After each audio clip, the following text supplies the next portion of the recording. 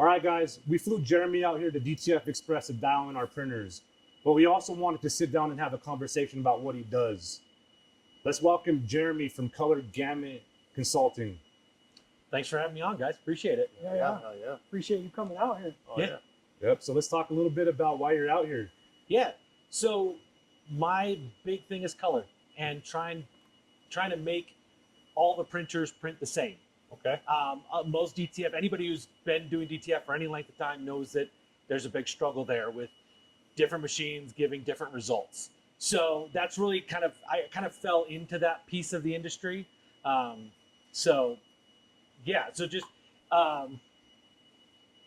when I started out in this industry, I knew literally nothing about it. And so basically just kind of got my feet wet, started learning about it. I was working at DTF Superstore at the time, making educational videos. That was my job. And that's the first time we seen you is on those videos. Yeah. And moving forward till now, that's kind of why we built a little bit of trust from those videos, and we got you out here. Yeah, the funny thing is, especially like you guys have some of the older Mongoose type printers, and those setup videos I created, what you don't know is that the owner and head of tech support were sitting off camera to listen to everything I said to make sure I didn't say something wrong, because I came into it not knowing anything about it. But I have a insatiable appetite for knowledge, and so I want to know how stuff works. And so when somebody couldn't give me an answer for it, I went and found it. And that's kind of how I stumbled on the color thing, is that nobody had a really good answer, because in the DTF space there wasn't anybody that really did color profiling. Yeah. So yeah, and there's a couple people online that advertise it, but it's like, can you really trust them? They $500, $300, I'll profile your printers, but it's like, what do they really do? yeah, and that's something that really I thought would be possible. Like a lot of those guys that do the remote type profiling, where they're like, hey, send us some transfers, send us a chart, we'll scan it and send you back something. And in theory, it's a great idea. But what I've found in the literally, I think I'm almost at 100 shops now I've been to, is that there are so many things that, like little nuanced things with the printer that go wrong that you just don't necessarily catch right away. And little things that can cause bigger problems down the road of profiling, that even giving some instruction an end user might not catch, where I'm watching the printer lay ink down on that film, and I can a lot of times immediately see something that I know is going to be a problem down the road. So those remote profiling things, they can get a better result than nothing, but they're never super accurate. And I seen the process from scratch. Like, you came in here and you actually started working on our printers, and we were a little confused, because we're like, man, what's going on? We thought we keep our printers really clean for the most part. And it was nice when you came in here and you started telling us all these little tweaks that we could do to our printers, and just little simple stuff that it's like, man, dude, like there's nobody out there that tells you this stuff. Well, and that's part of the dilemma we have, is regardless of how long you've been doing DTF, like especially the shops that have been doing it since like 2020, like the longest, it was the Wild West when we started. Oh, yeah. Like, it was so many different ideas of how to do stuff. And one of the things that I've tried to champion is like some standardization of some kind.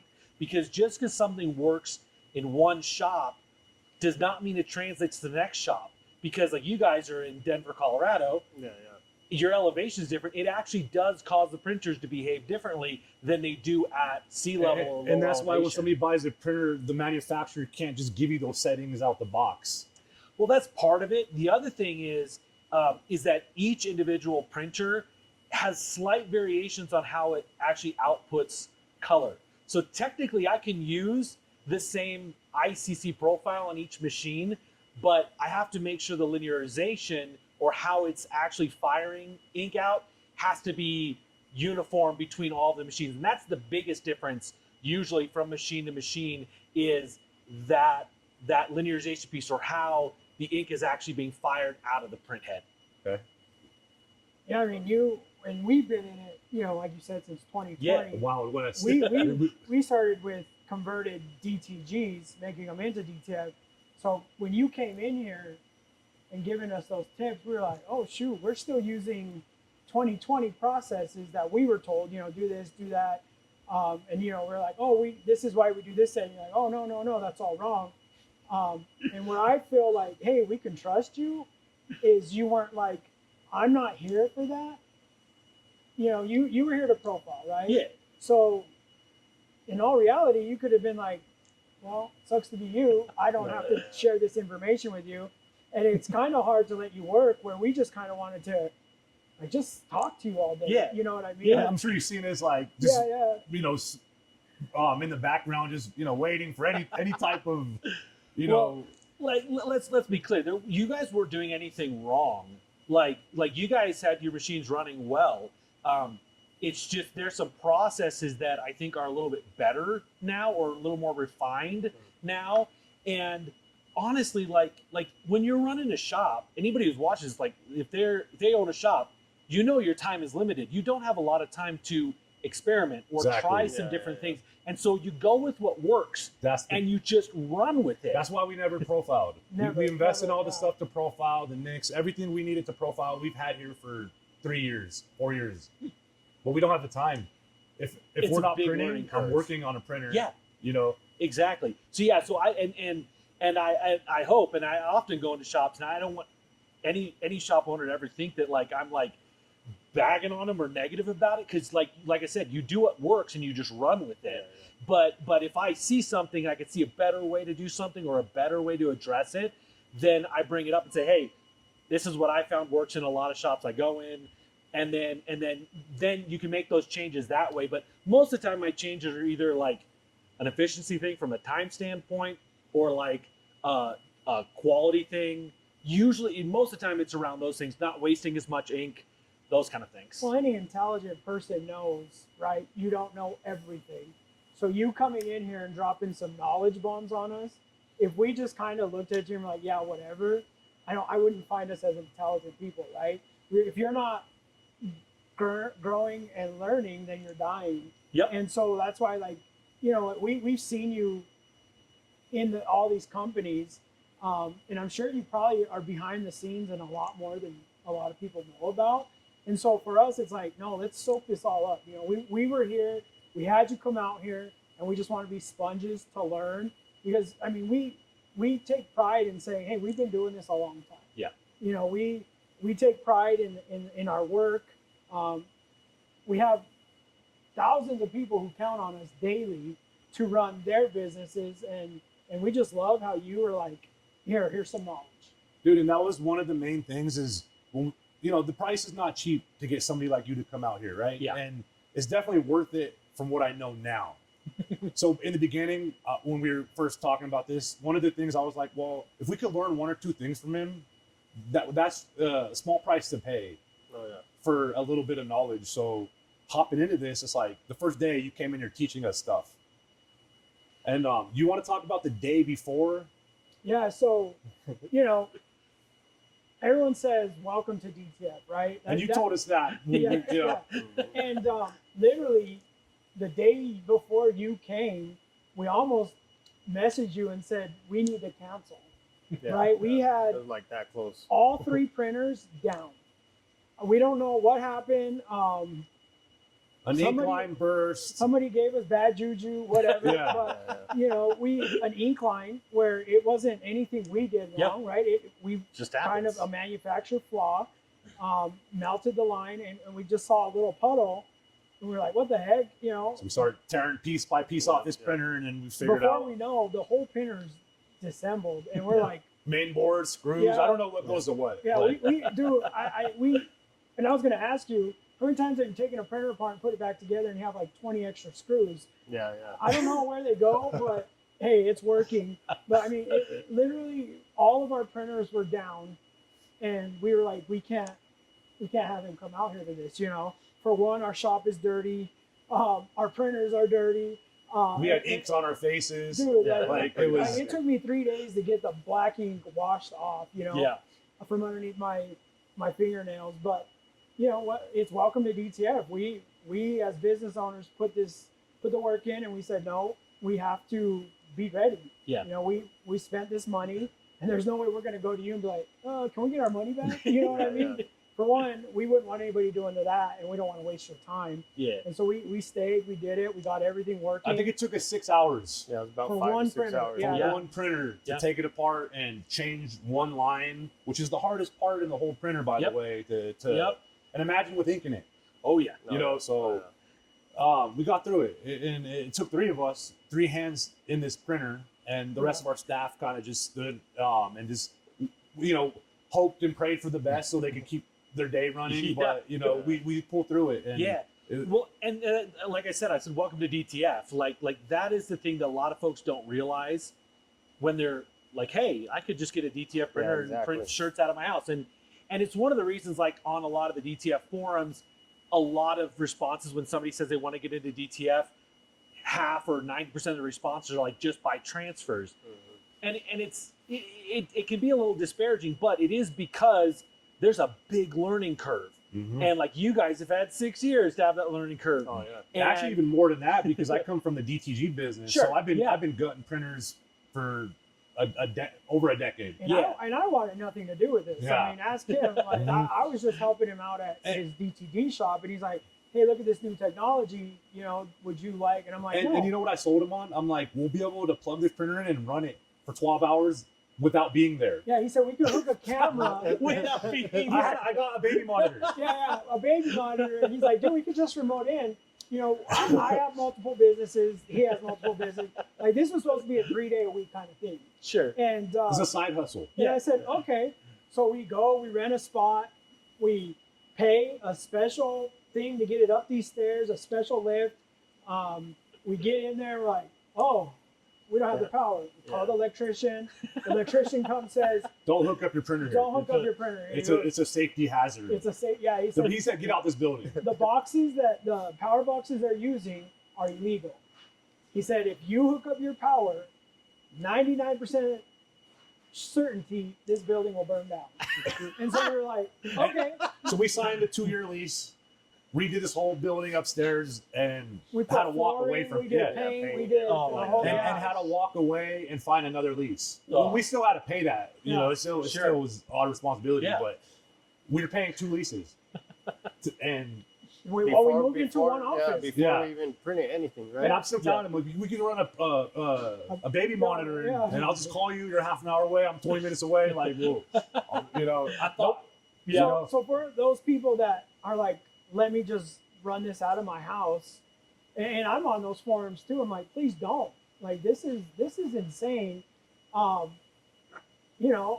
We're here in a warehouse, and we still have so many problems. Yeah. I show people my electricity bill. I'm like, that's more than your mortgage half the time. and not only that, we have an arsenal of backup parts Yep. Oh, yeah. for anything we might need. And the average person that buys a printer, they're not going to go out their way to spend $10K on just parts, print heads, boards, whatever you might need. Yeah. And the average person is just to get the printer and what they basically need to get started. Yep.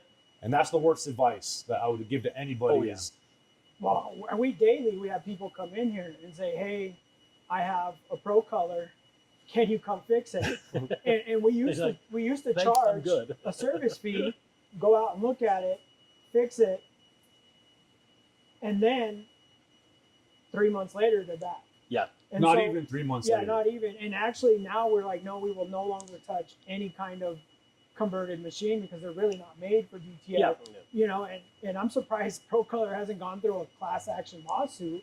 They're like selling these printers on the, hey, you can run a multi-million-dollar business on this one printer, and literally we could probably be millionaires by just fixing those machines. Or the X tool, you I know? guess, right? In Yeah. that sense. Well, there's always like there's a difference between like advertising and sales talk versus like real world stuff. There's always that gap.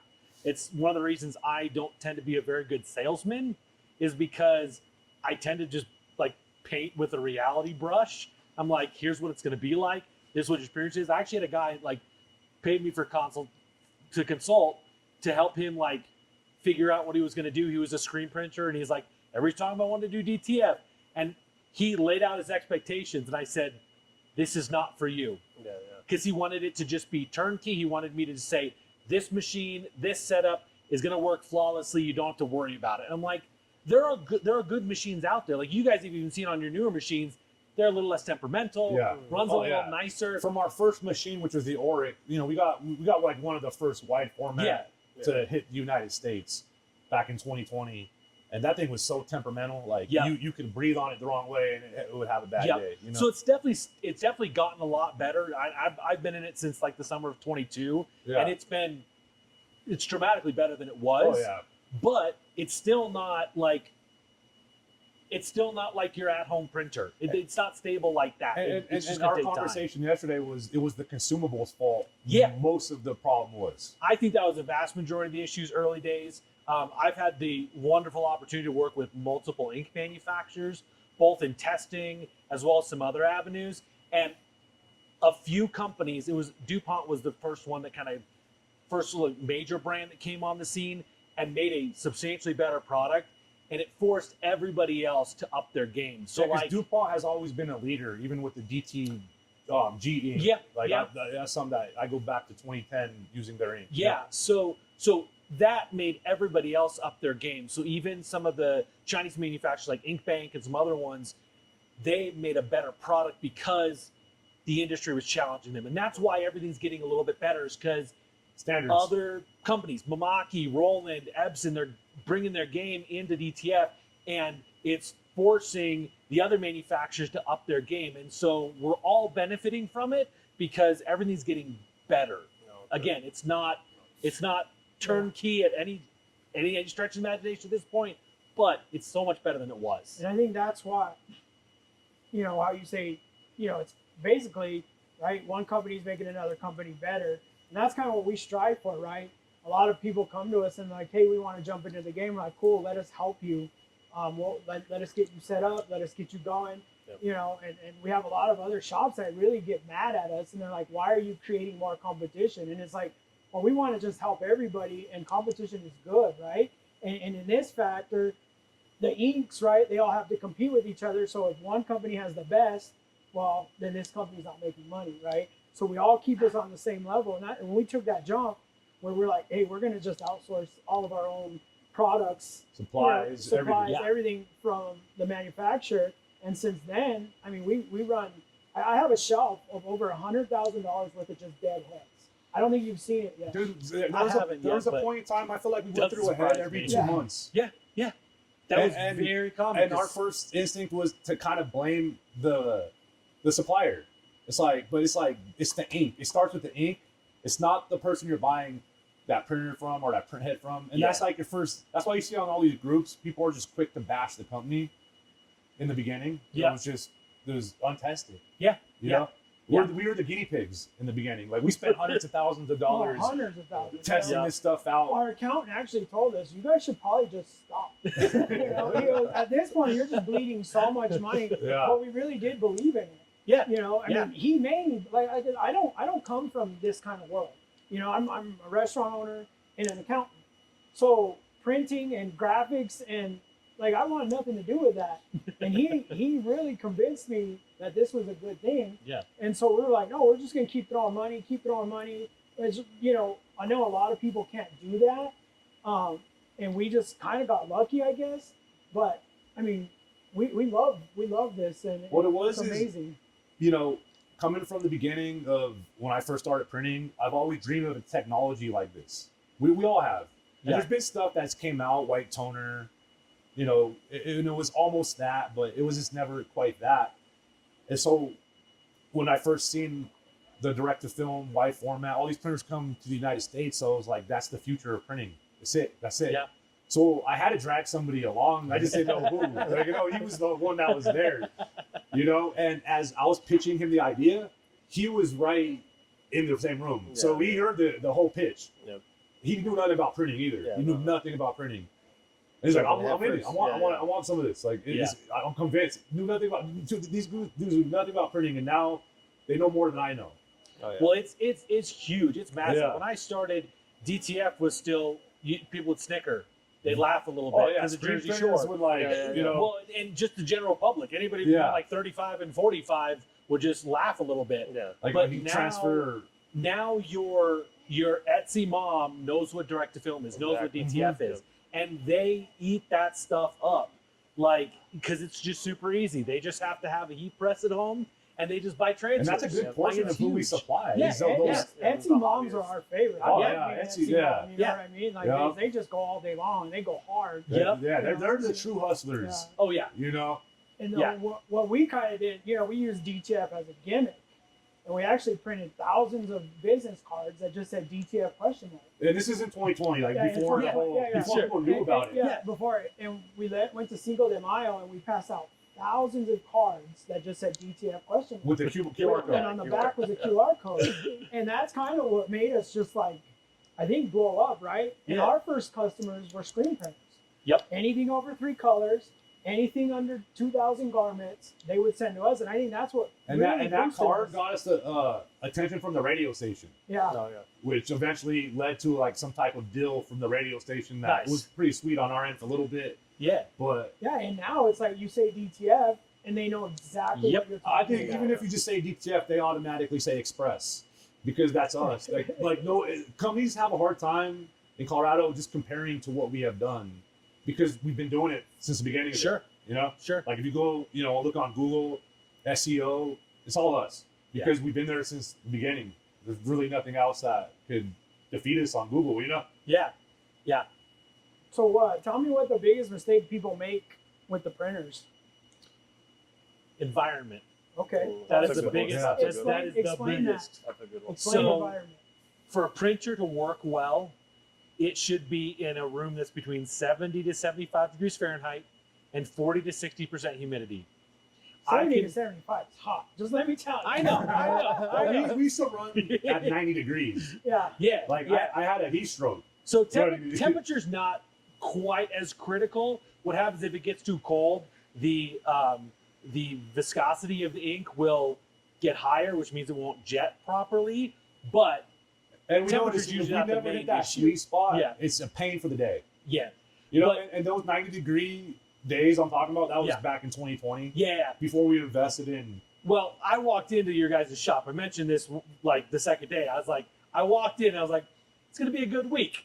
Because I oftentimes walk into shops and it's dry Yep. and hot or dry And I'm and sure, cold. you know, thinking about Colorado, you didn't really know what to expect because it is day by day. We don't know what the weather's going to be out here. So exactly. Bipolar. we're constantly either we're turning on that swamp cooler, turning off, you know, like there's Yeah. a mixture of little things we got to do. Well, year round, 24/7, we literally run 6 humidifiers. Yeah, Right? yeah. And then when we're in here, we have 2 big industrial humidifiers just to make up for that. And in the summer, we used to actually work 10 o'clock at night to 6 in the morning. And then we hired someone just to sit here during the day and just have people that prints. Well, now we actually built a tower of air conditioners and a massive industrial air conditioner That we so put can out our run back door. during the day, during the summer, you know.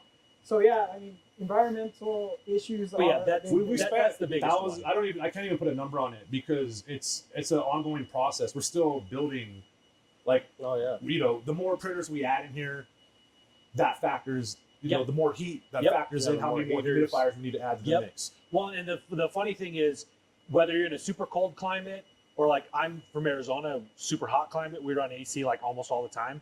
But AC and heat dry out the air. Yep. Yep. So to control the temperature, it's You gotta sacrifice removing. up. So Yeah. you got to pump more humidity in, and that, like I said, that's just something people don't take into account how critical that is and how much easier your stuff runs Great. That's great when stuff. the Because they environment's might the right be range. able to get it to run. It's just going to take longer to get a good nozzle check.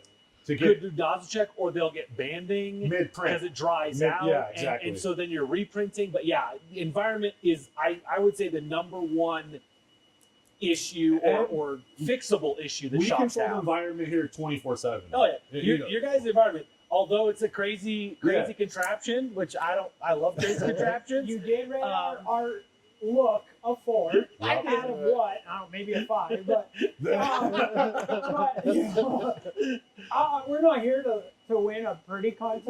No. And actually, and what I took it as, hey, we did a good job because we're not worried about what it looked like. And actually, we went with what was the cheapest Yeah. to supply our customers with the same product, the same price. We have never raised our prices since 2020. a penny. Like our prices have been the same the whole time. You know, even when ink has gotten more expensive, Tariffs when took into so-called play. tariffs got implemented, we have literally stayed the same. So you saying we're ugly? I'm good. I'm good. Hey, I did You not know? say You did say you were it. You ugly. said we were I four. said it was a little I mean, honestly, if you janky, rate but it's okay. a 1 to 10 Hey, and a 4. I like some. Now, obviously, I don't know what the cultural equivalent, but a little redneck ingenuity Oh yeah. Yeah. goes a long Here's way. the thing about our setup, though, I can tell you right now. I'm gonna show B-roll of it, but in 24 hours, we could break down this setup and move to a new facility like that. That's why it looks, because our intentions are never to stay here. Sure. We've outgrown how many locations have we been This in? is our 4th one. This is our 4th location. We've outgrown it, you know. And we're outgrowing this I don't one, too. plan on Yeah. staying here. You know, the next move is buying our land and building this somewhere else. Yeah. But the thing is, we could move this building within 24 hours. Yeah. And there'll never even be a trace of us. Well, and left. also there's an ease of maintenance too. Because if something goes down, Mhm. you're not climbing up in the attic or up in the rafters yeah. trying to Yeah, arrange yeah. with stuff. Things are pretty accessible. So, like I said, yes. And our maintenance guy's an older gentleman, Yeah. you know, so we actually got to make it a little easier for him. It's my dad, by the way, and like he does the Mexican way. Like he'll just figure it out. Yeah. Right? Which Yeah. I love that. It saves us money. Well, And the good thing is he's all about us. You know, it's crazy because you'll have someone come in here, right, and they just want to charge you an outrageous price. Well, he's Ernesto's dad, but we all call him Grandpa. You know, he's literally our grandpa, you know, and he's like, this is how I can do it to save you guys the most amount of money. And we're like, he "Do built it." our tool wall over there because we would throw tools everywhere. Oh, yeah. You know, everything you see, he kind of manufactured for us. Sure. You know. That's awesome. So with that being Awesome. said, when you walk into a shop, give us a story where you walk and you're like, oh my God, this is going to be one hell of a week or a day or Like well, DTF So South Kitchen. Yeah. there is one particular shop I was in California, and I walked in, and it was 88 degrees in the shop, and the humidity was 90% Holy my shit. because he was running his What humidifiers. city was this in? Southern California, Okay, like LA okay, area. okay. he's like, I don't want to give any. And I was like, that's about all you're getting on the location. Everyone's gonna be like, wait, where did he go now? Yeah. Look it up. Honestly, unfortunately for you, there's a ton of people. Oh, in there are. California. Yep, yep. California's That's why I'm probably not the most worried about saturated it. market. out Whereas if I say like some other towns, it's like, oh, there's only one person. Yeah, in us, for example. But, I was in Denver last week. Yeah. it's one of the reasons I generally don't talk about the shops I go to because I get talked bad about. I'm just kidding. But and I literally looked at him and I said, if we don't get this under control, I can make a profile, but we're gonna be lucky if it's good. And so that day I built a profile. It wasn't the best profile I've ever made, but I made do with what I had in that Right, shop. right, But yeah, that was kind of the worst one I ever went into. But yeah, there's been like sometimes where you could tell they've never opened a single panel because I opened up the panel to look at the carriage and do all the normal checks that I do. And dust bunnies were like falling out and like kept dropping onto my prints because I'm like, they never Or, like, dusted that machine. We've seen pictures of people like, hey, can you see what's wrong with my head? They take a picture of it, and they've never cleaned their head. Yeah, And yeah. I'm like, how is that thing still Well, printing? That's a common misconception is like people are like, you can't touch the head. Oh, But yeah. there are little areas right next to the channels of the print heads or the printer. Sorry, little channels of the ink on the print head. There's a little area around it that sometimes ink can build up in those areas. And if you don't clean those can cause buildup and cause issues over time. So it is okay to actually touch the bottom of the print head, just gently. Right. But yeah, And that's actually good. Another knowledge bomb, right? Because in 2020 we were told Don't touch don't your head. touch the head. I couldn't even look at the head. Well, honestly, I didn't want to look at it because if I looked at it, there would be an issue. No, I would call him like, hey, I think something's wrong with the head. I'm gonna take it apart. That was the fastest way I could get him. And in he the was shop. just, yeah, that's the only way. I would be like, no, hey, don't do it. we have a fire. Some guys running Figure it here out. naked. You know, you could handle it. I'd be like, hey, dude, I'm getting ready to touch the head, and all of a sudden he's here.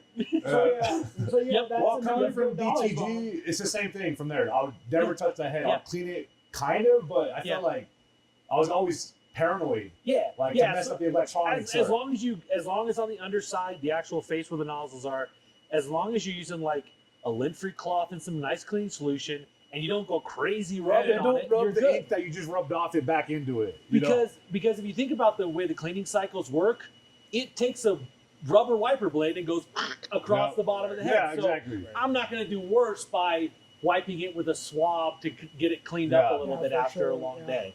Yeah. So how many shops that you go into are actually doing it wrong, like profile wise? Everybody's doing it wrong profile wise. Okay. Unless they've built their own profiles. So out the gate, if you buy a printer from the biggest manufacturer, is it still wrong? So if you buy one from like Epson, Roland, or Mamaki, they're a lot more consistent. So it'll probably print pretty good.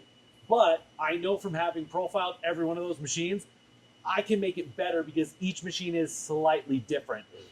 If you buy a machine that's manufactured in China, there's a lot more variance from machine to machine. So it's unlikely you'll ever get a really good profile without building a custom profile. And a lot of printers, they come from China, they're just rebranded. Yeah, and that's why I always lump Epson, Roland, and Mamaki separately from like everything else because pretty much everything else is made in China, just rebadged as something else. Those three companies, Epson, Roland, and Mamaki, they are manufacturing their own most of the time in Japan. But that's why I separate those out, is because there is a difference there, but there's also a price difference, a cost of consumables difference. All three of those brands lock you into their consumables, whereas the Chinese manufactured machines use bulk ink, so you have an opportunity to use a less expensive ink, maybe a different kind of ink. So, yeah. And that's our biggest thing, right? We jumped into the supplies game, and it didn't take off like we wanted to. Well, it's because everyone's come to us like, I'm not allowed to use outside ink. Yep. You know, and we thought this, once again, 2020, we thought, okay, if we use a different ink, everything's going to break. You know, or a powder. Or a powder, yeah. And that's why finally we said, screw it. We don't care about warranties. We don't care about techs. We don't. And actually, that's why we were like, okay, let's figure out how to tear these machines apart, because we're going to switch to our own ink and we're going to lose support or whatever. And so because that's the drawback. You stop using the companies, you lose the support. Yeah. And that was what kept us ordering through these companies throughout the years, is they give us support. Yeah. So, and it's because of those companies, it's cost to support. It's a cost it costs more to support than anything. Yep. And so I get why they do it. It's a little frustrating, but I get why they do it. When it comes to like trying different stuff, obviously if you change inks, your colors are going to change. Yep. That's just plain and simple. I think even we've changed rolls and like it seems like it shifted colors. So sometimes you can get, if your film is inconsistent, it can sometimes shift color a little bit. I always tell folks, if you change ink, your color will change. Whoa. If you change film, your color might change. If you change powder, it's fine. Powder's like the easiest thing to test. One of our struggles a few years back was we couldn't find supplies. Supplies were hard to find. So we would order 500 rolls from him, 500 rolls from him, and it would just be we would never truly have consistency. Yeah. And it would bug us, but at the time we would just let people know that's the industry. Yeah. And we would explain that to our customers, like, look, we get what's available. Sometimes it's hot pill, sometimes it's cold pill. Because the truth is we couldn't always get hot pill in the beginning. And that's what everybody wanted. And we have so many mad customers. Oh, well, last week I got hot pill and I tried to pill it hot and it ruined it. Like, well, so then we actually went and said, everything's cold pill. We don't care, you know. So that's what we had to do to cover ourselves. Well, you know? there was manufactured that there was inconsistent coating on them sometimes. But I've also found from some testing that some people were running their prints through too fast. And if you cured hot and fast, it would sometimes damage that release layer. Because when I was working at Superstore, we would get people that would send in film that they said, send it back. They said it was bad. I would put it in the printer and test it. Would it happen more on the forehead printers or all across the board printers? So if it was just simply a faster printer, and if they were going through the dryer at a higher temp, it would sometimes cause that. Now, sometimes it was a manufacturer defect, but a lot of times it was just simply something changed in their environment, in their print speed, like something was causing that. And so what we tended to find was low and slow is generally a little bit better process than going hard Super, and fast. okay. Yeah. And that's kind of what we've adopted Yeah, too, is yeah. low and slow, you know. Yeah. Yep. Even like at the end, walking the prints, you know, these guys just want to get it done. I'm like, no. Yep. Nope. Gotta get it If real I slow. come in here and I see that on over a certain speed, you're in trouble. You know what I mean? Well, So- like, Yeah. coming in here, one of our questions was like, why do our printers run at different speeds? Like, Yeah. we got 2 of these printers at the same time. It didn't make sense to us. But Yeah. There's a lot of variance in firmware versions. Even a machine that's made at the same time, there might be, because of the way the quality control is maybe a little less coming from Chinese manufacturers, you get some of those variances. So people always ask me questions. Literally, somebody asked me last night about a speed question about their machine. I said, I'm not going to quote any speeds on anything because I've worked on 2 identical printers with what appear to be the same settings, and one printed a little slower than the other. So, well, and we've gone through, so we've had a total of 8 machines. 8 to 9, I think. And it's crazy because we're like, okay, this one's printing a few minutes slower. We're done with it. Let's get rid of it. You know, or now it's our graveyard and we use it for parts. Yeah. and, Which- and you've seen our graveyard back there. Yeah. We love that. Well, Cool. and this is the end of our graveyard, right? Because we've gotten rid of so many other ones. But I mean, I wish we would have known that sooner, right? Because then we would have kind of dealt with it and not spend tens of thousands of dollars I buying think new machines. in the beginning, what happened was when a machine went down, we would buy a new machine. Yeah. Yeah. We wouldn't want to fix it. We just Yeah. it's too much. Like now we're more hands-on. I guess we're more prepared to rip that printer apart and just figure it out. well, there's better resources now too for Oh, doing yeah. that kind of stuff. Mhm. Like early days, it was like unless you were willing to spend the time to figure out what was going on with it, because like early days, every supplier just threw parts at it to see what would fix it. Yeah. Like they'd send you a main board, they'd send you a carriage board, they'd Oh, send yeah. you a printer, They got so- they'd send you so much That's stuff. where we have an Just arsenal of try it. parts. Yeah, and honestly, no one was ever doing the true testing method of change one thing and see what it does. They're like 3 or 4 things. I'm not sure which one fixed it, but it fixed it. Yeah, and it's right, like then it's like, Well, did we learn a lot anything? of that is because they got these orders waiting. Their customers Yeah. are on their backs. Like, where's my Yeah. order? Like, this business is not the type of business. Like, if you want to really experiment, don't take orders right away. Yeah, Like, get the machine, program the machine. Take a month, 2 months to learn this machine. Yeah. Before you actually start taking on these orders, because Yeah. then you'll never be able to get anything done. Every time I see a post of like, I just got this machine and I have like 500 orders Well, already. yeah. It's like, I was bro. I was mad at him because every time he looks that, well, I sat him in that chair because every time he looks that way, he wants to go do something with the machine. You know, there don't have to be nothing wrong with the machine. He just Well, that, like, Just he keep an eye on literally it. came and goes, dude, this is why we can't shoot a podcast here ever, is because you're always like on edge. And I'm like, yeah, I mean, you know, we have hundreds of customers counting on us, yeah, and you know, and then our employees are like, hey, I have so and so calling me. I'm like, it's been 20 hours, like, you know, like, let them know. I'm sorry that, you know, this week we're actually improving our setup for them. And yeah, it might take a little while. You know, we haven't been able to use all of our machines because you've been here working on Yeah. them, you know. And so, you know, it's like, and he's like, dude, you're all, and I'm like, yeah, it's because we live in an instantaneous world, you know We what do. I mean? And it's crazy. Someone will order, you know, 800 feet and be like, I just put that in an hour ago. Can I Yeah, come yeah. get it? yeah. And I'm Knock on like, the door. It's like, there's 200 people ahead of you right now. Yeah. Like, what do you want me to do? Oh, well, Yeah. I promised my customers I'd have it done tomorrow. or they want a refund. Yeah, or I'm like, so yeah, Yeah. it's just a crazy world, and Yeah. and I see that question all the time, right?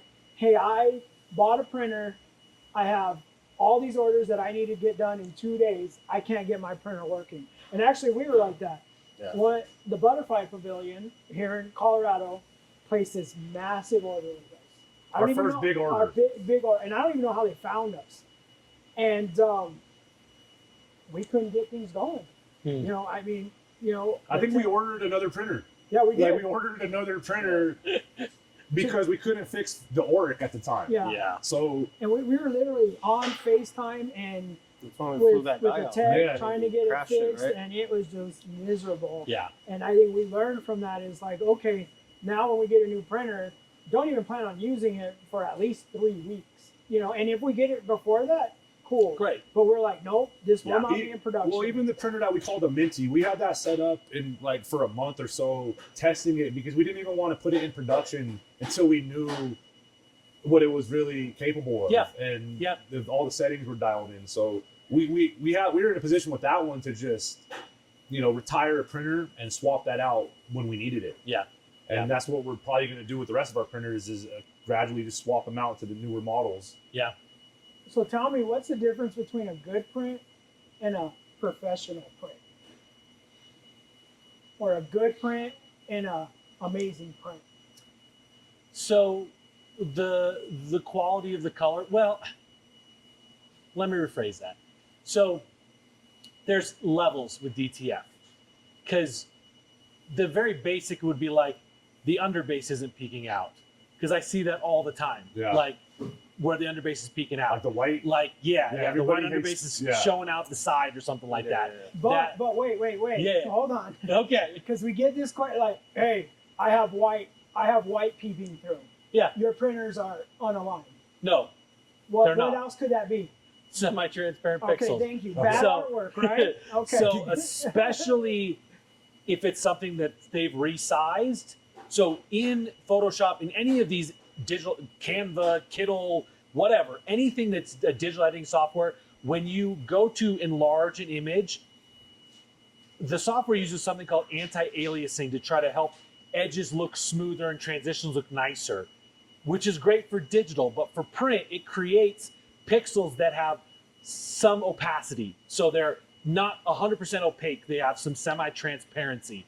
And because of DTF needing to put white behind everything, if you have like 5 or 6 pixels on the edge of your image that are semi-transparent, your white underbase is going to show around the edge of that. Even if you have a good choke set, it can still show up around the edges. And there's some graphics from Etsy that you can get, and I always bag on Etsy, but they're often sized very, very small, so the customer enlarges it, and then it creates all And this. just because on Etsy it says high resolution image, the customer is going to argue with you that it's high resolution. So it could be high resolution. It could be 300 DPI at Stretched. 2 inches. Yes. Yep. It could be 300 DPI at 4 inches, but if they try to print it 12 inches, it's going to be blurry, but also be the edges are going to be jacked up. And we're the type, if it's our artwork and anything prints out, we'll throw away rolls of prints if it has that white edge on it. Yeah. Because Yeah. to me, it's, it was a thing with DTG back in the day. If you get that little bit of white, Yep. the customer Yep. notices that smallest thing. Yeah, and it's just a semi-transparent pixels, and it's most of the time what it is. I always say, like, if it's off to one side or 2 sides, it might be an alignment Yep. issue. If it's Around the whole around image. the whole thing or around certain areas, It's the image. it's usually the bad quality image. Because you could take a bad quality image and morph it with a good quality image, and it could just be part exactly. of that one. That happens all the time. And Yeah. we've gotten rounds with professional graphic graphic designers. designers on your artwork is bad. No, sir, I paid blah blah blah, to have it done. And so we have to literally bring it in and be like, look at And all then- this. So yeah, maybe it was a professional, but they gave it to you at 6 inches, and now you want it at 12 inches. Well, Like, there's that- also a very big difference between designing for Banners for and digital stickers. versus designing for print. Because everything looks better when you print on a banner or Well, it's because it's the substrate is already white. You're Yeah. not printing the substrate. Like DTF is the only print technology, and that's the reason we haven't seen these semi-transparent or anti-aliasing issues. Is because in every other print method, you're printing onto something that's white. In DTF is like the first time you're printing like on to your own substrate. Like the white underbase is our substrate, and so it can peek out when you're putting on a dark graphic. So, yeah. So back to the But yeah, back to Yeah. professional quality print versus a less than. Obviously, the quality of the graphic that comes into it plays in a big factor. But you can have a beautiful graphic, and if the printer's not aligned properly, Yep. even if it's like the normal alignments are right, there's an additional set of alignments called color adjust that can cause an image to be grainy or not. Because the way that it produces like a color is it's a combination of a bunch of little dots. If you've never had a chance to look at like a color under a microscope, it's usually a bunch of random dots. So like something that's like this pinkish blue on my shirt, you'd see a kind of a field of magenta and a bunch of little dots of cyan in there that are creating that color. Our eyes see it as one solid color, but if those dots don't land in the right place because the alignment's off, it causes graininess. So you get like all these weird dots and grain in the image. And I think in the beginning of DTF, like 2020, if you've seen any of that stuff, I wouldn't care because the technology was just so, I was amazed by it that I would let little stuff slide. And customers, they wouldn't really notice little stuff. And then the more you print, for you, especially when it's my design, I notice every little thing in that design. Well, I think it's becoming a bigger issue because you got screen printers coming in where screen printing doesn't have graininess because it's not digital. Yep. But if you look at any digitally printed like large banner or something like that, there's graininess in a lot of it. Even like if you walk through the airport and you look at a printed sign on the wall. And I look at all this stuff. If you get in close and look at it, you'll see that. Yep. So I think there's some alignment things, but ultimately a well-profiled machine is the main thing that makes the biggest difference because you're going to get the most out of the colors that your printer can produce if you have a really good profile. If you don't have a custom profile built for it, you're going to get good color, but not great color. So then tell me why should people spend good money to bring you out? Because let me tell you, hold on. Go for it. We explored other options. For one, buying our own machine, the same one you had, right? Which would have cost more than what we paid you to come out. And it was just sat there on the shelf. Yeah, For the other one. We've already microwave. spent on another one, right? And I don't think we don't even know what happened to it.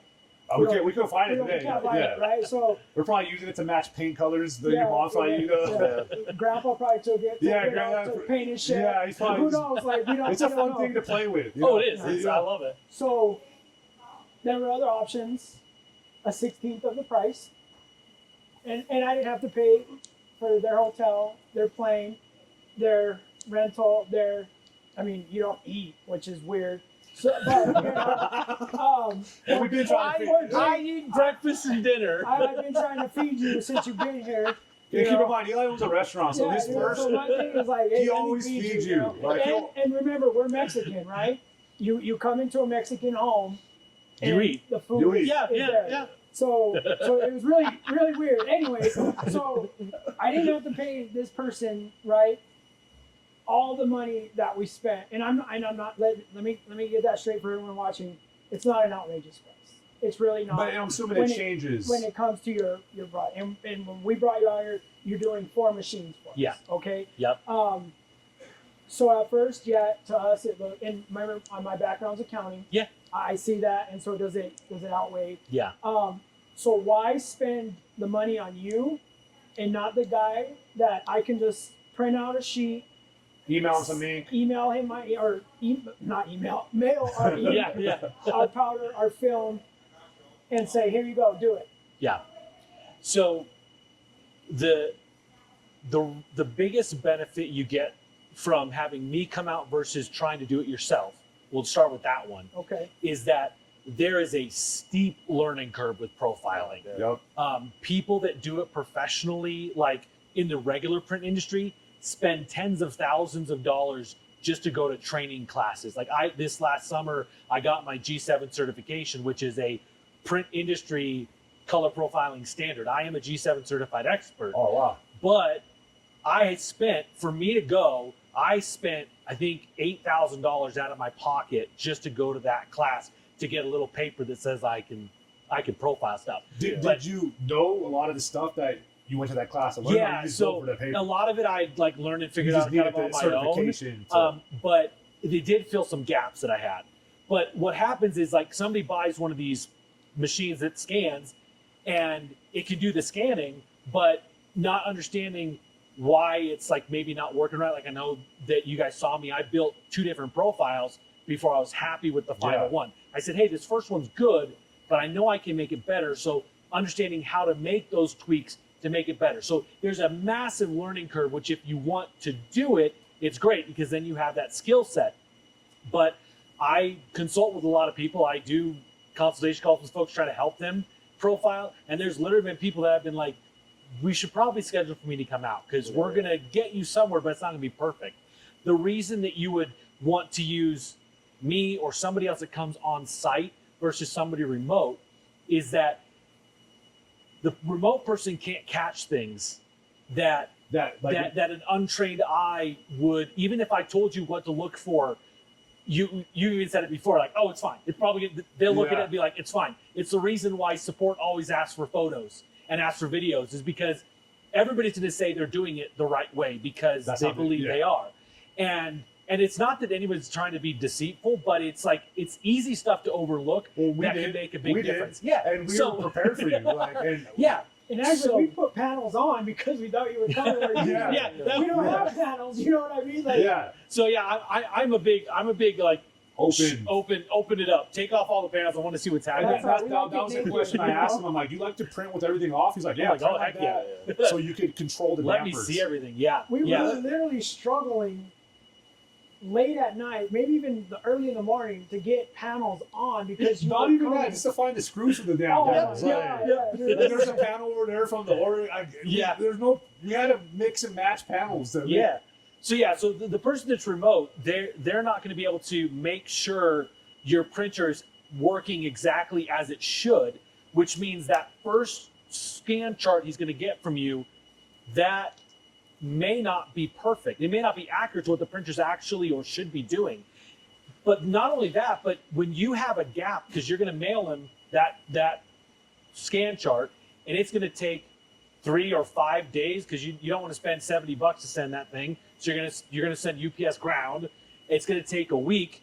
He's going to scan it. He's going to send you another chart to print. It's been 7 days since you printed that first chart. There's no way of knowing that it is printing exactly the same way as it was the first day. Things can shift. You can have a different environment thing. Exactly. There's all these things that, as a remote profiler, you don't know what the conditions are. And in that G7 class, the thing that they beat you over the head with is stabilize the system. If your system, your printer's not stable, your environment's not stable, you're going to get a bad profile. And that's the first thing I seen you come in here and do. I'm like, why is he working on our printer? I came in, I'm like, dude, I was kind of mad at the employees at first because I'm like, did they not clean the printer? Like, why is this dude working on our printer? Like, he's supposed to be he's a profiler. In my head, I have like a checklist of things that I'm going to double check to make sure that every time I print each one of these scan charts, it's going to print good. Because honestly, like, DTF printers love to run.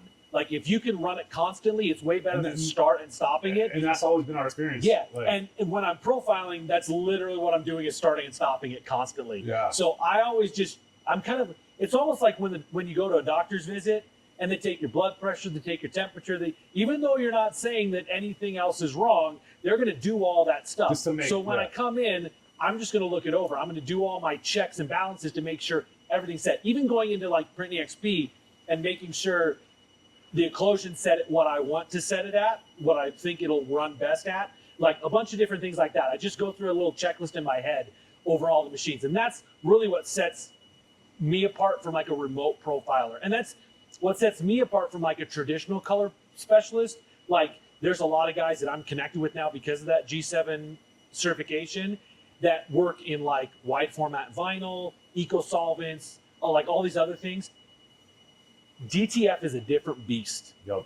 And I have the technical experience with the machines to know and to be able to make sure they're running at their optimal performance before we start profiling. Because until we get it working really good, I'm not confident I'll have a great profile. And like, one of the misconceptions that I had when I first booked you, like when we were talking about this price, is like, I need 4 days, right? So my perception of it was like, well, why can't we just use the same profile for every printer? Like, it didn't make sense to me. Like, I was like, and we talked about it. I'm like, there has to be some type of reason for that. Luckily, and this isn't always the case, but luckily, and there's reason we have time to do this podcast, is because we're so good at everything we do. Damn straight. No, you're good. Is that we were able to use the same ICC on each machine, but I did have to do linearization calibrations on each machine to make sure. Now, one of your machines the one you already warned me was temperamental, was temperamental. Our problem I child, as you spent quite said. a bit of time on Yeah. that one, tweaking with it, trying some different things, and eventually and it by the worked way, out as well. you're working on the first printer, I barely got that problem child fixed. Yeah, I know. You know, I so watched you guys swap yeah. out the Fixed heads on it. enough to let you get your. And Yeah. Yeah. It's down Imagine, about a month, right? and like Oh, I yeah. said, we it's been down a month. It's been Oh, down- wow. Yeah, So, it's, you know- it's just fake. Dude, like one day nothing worked, including I didn't even tell you about the dryer went out at Planet Oh, T. at the other shop. the other Yeah, shop. Yeah. So the dryer went out, so I'm like, dude, nothing. He's gonna come out here and we're gonna take him to lunch, and that's When I told you we wanted to cancel you, all the machines at all the shops Yeah. were done. Yeah. Yeah. And not only that, we went to the email. We're like, dude, he already left on his flight. We seen that email, so I'm like, dude, like we're gonna have to just eat the cost. Like that's what it is. Well, and honestly, like that's the other thing is when I go out to a shop, like I do give myself a day to profile each machine because Yeah, I have worked on machines that took me an entire day So- to get a decent profile. But sometimes it can go a little faster, and usually when it goes faster, I will fill in with like giving some advice, teaching on some stuff, trying to fill in that time because And you kept dropping gems on us all day, man. Like I love that. Like I wasn't even here much, but every time I went around, you dropped Oh a no, gem. man, taking off that belt, dude, man. Yeah, yeah, How we- we we struggled had- Oh, yeah, the yeah. very first time taking that belt Yeah, off, dude. I remember the first time we It took took off like those 2 belts. hours, 2-3 hours And we to take get that thing pin, off. so we had to like it was. We had to order a new one. That took a week, so of course we were down. And yeah, yeah. So just But that there's kind of no stuff I videos. try to There's do. no videos Correct. of the game. I'm sure there is now. I'm sure if we would have looked it up. I don't think so. Not free to watch. Free to watch. Right. okay. Everything's usually behind some kind of paywall or some kind Yeah, of see, thing. that's well, one go to thing. DTF Express YouTube and you will see a free video of us taking a belt off. But we don't try to gatekeep, and that's what we love about you, right? You could gatekeep all this, or say, hey, you guys want to know? Pay me a monthly subscription to go watch my YouTube. Well, we've had channel. that. We've had that. Like, Yeah, we have. We had people come in here and like pay me monthly, and then I'll come tell you like. This is how we already know, kind of. Yeah, But you, there's definitely like obviously because I've got to make money some way. So there obviously this is the main way I do it, but I do have stuff like I do have a course on how to use the RIP software in Neostampa. I'm working on one for Digital Factory as well, and for those kind of things, there is a paywall for some of that stuff, but most of that stuff is available on my YouTube. Maybe not all of it, and maybe not in that complete of a little package, but I am a sharer. I Yeah. will, so much so that the NDAs I sign specifically tell me I can't talk about it on YouTube. So We don't like NDAs. We stay away from those. But, I gotta sign some of yeah, them. no, but we really appreciate what you've done for us. And yeah, we hired you to come out here to do a job. You did that job top notch. Thank you. I have no complaints. I mean, I mean, you were efficient, and we were already planning on ordering more printers. Have you come out here, and we're gonna get in the yeah, UV game. we've already talked to you. Yeah, we've already Hey, discussed a you lot. know, we're going to get these new printers. We want you out here. And of course, before I was like price. And Yeah. now I'm like, let's get these ordered. Let's get them here. Let's get them scheduled. Because you are booked out. I am. You know, Oh, yeah, we've been trying to book you for, since the beginning of the year, yeah. right? Yeah. And it is now, Almost May. Almost May. Yeah. which is good for And you you. did explain that process because you did explain on the email. You try to build up more clients in that area. Yeah. So, and I've been working on a better way to communicate that. But yeah, when somebody calls me and says they want me to come out, I give them a warning about how far out I am. Like if somebody calls me today, I'm telling them I'm probably not going to be able to get to them till August. Okay. But what I do is I kind of book in batches. So like the last batch I did in March went through to the first week of June. And I see your tour dates on the back of your Yeah, shirt. yeah, my shirt, I got tour dates on it. But so like right now I'm working on booking through June. And so what I do is I try to basically, if you're the person who contacted me the earliest, when they come up on the list, I book them for the next available date. And then I look through the list and I see, is there anybody else in that general vicinity that I can do like back-to-back days at shops and don't have to travel? Like, because then I can get more shops done in a week, and then it moves everybody up the list a little quicker. Yeah, and I remember you mentioned too, it saves everybody a little bit of money if you could spread it out that way. Yeah, I don't feel the need to have to increase prices because gas prices went up on That's one airplane thing I want to say tickets. about is what I loved about is we got done early. Like we were done a day early. Yeah. And you offered to refund us for the hotel. Yeah. So like, and that's big because I don't think a lot of people. I don't know if I would have really did that. Like, I would have been mad fun. Like, I would have did something. I would have hit it. Right. Hit a club or it's two. Colorado. I would have got a Yeah. rented mountain bike and went mountain bike to the Rockies. Oh, and yeah, that's we got right some there. trails out here. Oh, yeah. So, But I'm on the road so much, honestly. Like I covet the ability to go home a day early. I don't. My kids are both grown. They're in college. okay. So it's just the wife and I at home. And That's even more reason to go. so I try if it works out. Like if I can go home early, I'm like so stoked on it. So Okay. and that's why, like in this case, like I checked out the hotel a day early, and because my status there, they refunded me the extra day that I already booked. That's good. We'll see what the rental car company does if they give me a little discount. But And dude, we're basically, not I'm even passing it on to you, and that's the fact like that you I said. mentioned that. That's the kind of And stuff actually, we value. I as a talked to him on the phone last night, and he was like, "Dude, that's crazy." You know, and of course we don't expect it. Sure. And if you, cool, like we knew the price, right? We Yeah. agreed to the price. Yeah. And we're like, man, this is a really stand-up guy. Well, I appreciate you know, that. and I know searching on Facebook, searching on Google for somebody to come out, trust them with your business, you know, is hard. Yeah. Right? And we did the same thing. Like we've been wanting to do this for a little over 2 years. And it was hard to find the right person to trust. And I am so glad that we trusted you. Thank you. For one, the job you did, and two, this, right? You're not trying to get every penny and cent out of us, so that you can live a Dude, nice we life, asked you, you know? hey, you down to do a podcast, and you were so quick to be like, yes, let's do it. Yeah, you Like, know, it's just so I want everyone else out there to know you're a pretty stand-up dude. Thank And we've seen that, you know, with your other company, with the videos, and that's how we kind of started to trust you, right? Hey, here's a skateboard, can you DTF on it? That's one of my favorite videos, right? My son actually made a little bit of money well, selling skateboards to his friends. well, at some point he'd be mad because like he did it first. Jeremy did it first. We can't do it now. Right. Yeah. Like, like I'm you like, know, No, you like, can. damn You it. can do it. You can do it. yeah. So in that video where I detailed from the skateboard, I put in a little clip of me eating it in the bottom of a pool. I don't know if you Oh, remember no way. that, but there's an old video. Like, shoot, it was probably at this point 15 years ago, if not longer. Yeah. And it was like my parents' house, my brother, they'd like empty out their pool, and my brother was like skateboarding. I'm like, I haven't skateboarded forever. I want to Oh, try my it. God. And I totally like fall and eat it. It's great. It's You got the fantastic. video? Oh yeah. Yeah, dude, I'm gonna throw on some people. Yeah, Yeah, yeah, send me yeah. some people. I think it'll be kind of cool. But no, we want everyone out there to know, like, you're it. Yeah, Thank if you. you want to trust somebody with your printers, this is the guy. Yeah, Jeremy's Thank the you. guy. And I appreciate I feel that. like he has just as much as experience, if not more, than we have. We probably have 2 years on. Different kind of Yeah, experience. exactly. Yeah. You have longer term experience doing full production. I got more experience from just breaking crap and then figuring out how to Yeah, fix and I it, feel like figure out you how have it the better works. end of the stick. You gotta basically just.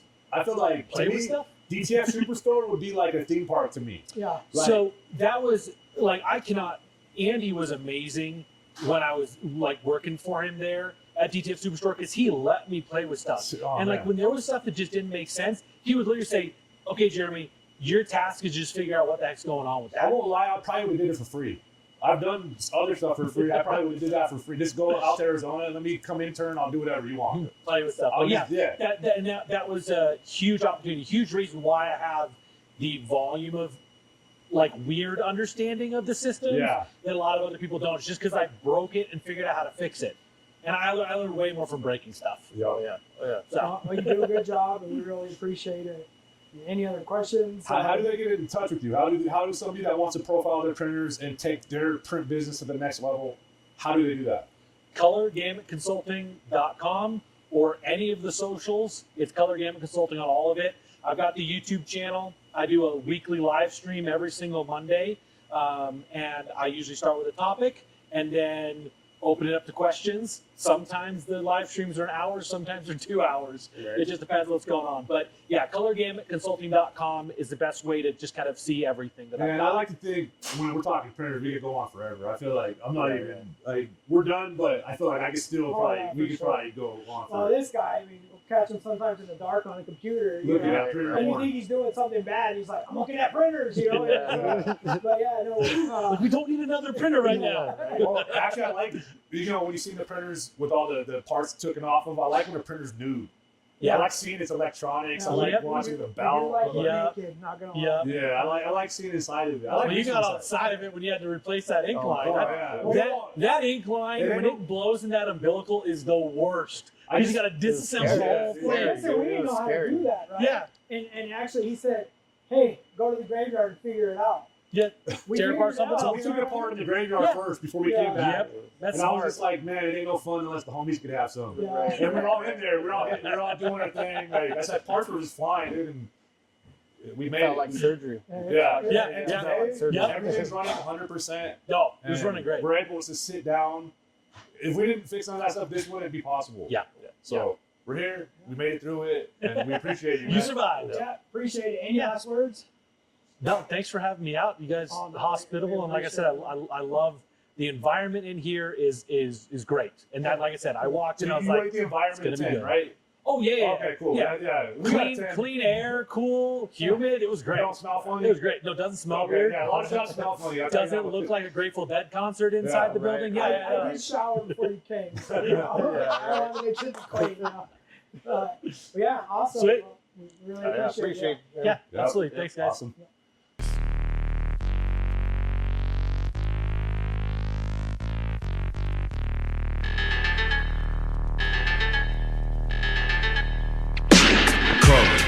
Colors,